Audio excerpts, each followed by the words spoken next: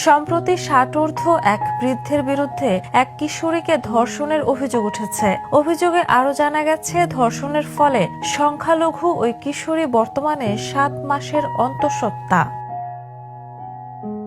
ভুক্তভোগী কিশোরী নবম শ্রেণীর ছাত্রী। তার বাবা মা দুজনেই চাকরিজীবী, যার কারণে ছোট বোনকে নিয়ে মেয়েটি প্রায় সময় একা থাকত।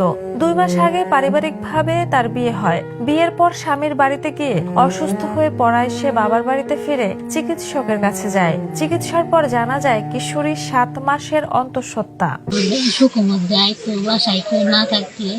তখন হয়তো পানের ফুটা দিয়ে আবল তাবল কথা হয়তো আমি রেডি করতাম আমার মার কাছে তাকে বাড়ির সবাই মেরে আনলাম। যদি না করতাম পরে আমরা আমার খাপড় মাপড় দিত। আমি কয়ে দেবার চাই আমার মায়ের, কিন্তু কইবার যায় না। কিশোরী ও তার পরিবার সূত্রে জানা যায়, অভিযুক্ত ওই সকিমউদ্দিন বাড়িতে অনুপস্থিতির সুযোগে নানা অজুহাতে ভুক্তভোগীর সঙ্গে জোরপূর্বক শারীরিক সম্পর্ক স্থাপন করত এবং ভয়ভীতি দেখিয়ে মারধর করত। মেয়েটি কাউকে জানানোর হুমকি দিলে উল্টো প্রাণনাশের হুমকি পেত। ভয়ে সে এইসব ঘটনার কথা কাউকে বলতে পারেনি। কাম করি, ভাই গরিব মানুষ, মেয়ে দুটো বাড়ি থাকে, হোনা বাড়ি, গোটা মেশাক বানায়, গোটা বাসায় হোমে আর ভয় দেখায়।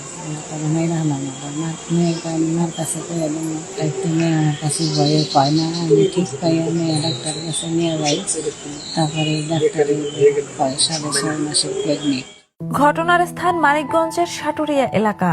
এই ঘটনা জানাজানি হওয়ার পর এলাকায় ব্যাপক চাঞ্চল্য সৃষ্টি হয়। এলাকাবাসী সকিমউদ্দিনের দ্রুত বিচার দাবি করেন। কিশোরীর মা বলেন, মেয়ের সংসার টিকবে কিনা সেই দুশ্চিন্তায় দিন কাটছে তার। যিনি এটি করেছেন তার বিচার চাই। কিশোরীর বাবা আরো বলেন, সকিমউদ্দিন ভয় দেখিয়ে আমার মেয়েকে ধর্ষণ করেছে, তার কঠোর শাস্তি চাই। ২ মাস আগে মেয়ে বিয়ে দিয়েছি, তারপরে তারপরে আমরা খরচ করে হাসপাতাল নেওয়া, তারপরে এটা দেখলাম ৭ মাস প্রেগনেন্ট। তারপরে এটা আমরা জানলাম, এটা আমি সত্য। অভিযুক্তের নাম মোহাম্মদ সকিমউদ্দিন। তিনি মানিকগঞ্জের ধানকোড়া ইউনিয়নের গোলরা বিশ্বাসপাড়া গ্রামের মৃত আনসার উদ্দিনের ছেলে। ভুক্তভোগী কিশোরীর বাড়ির পাশেই সকিমউদ্দিনের একটি স্যানিটারি মালামাল উৎপাদন ও বিক্রয়ের দোকান রয়েছে।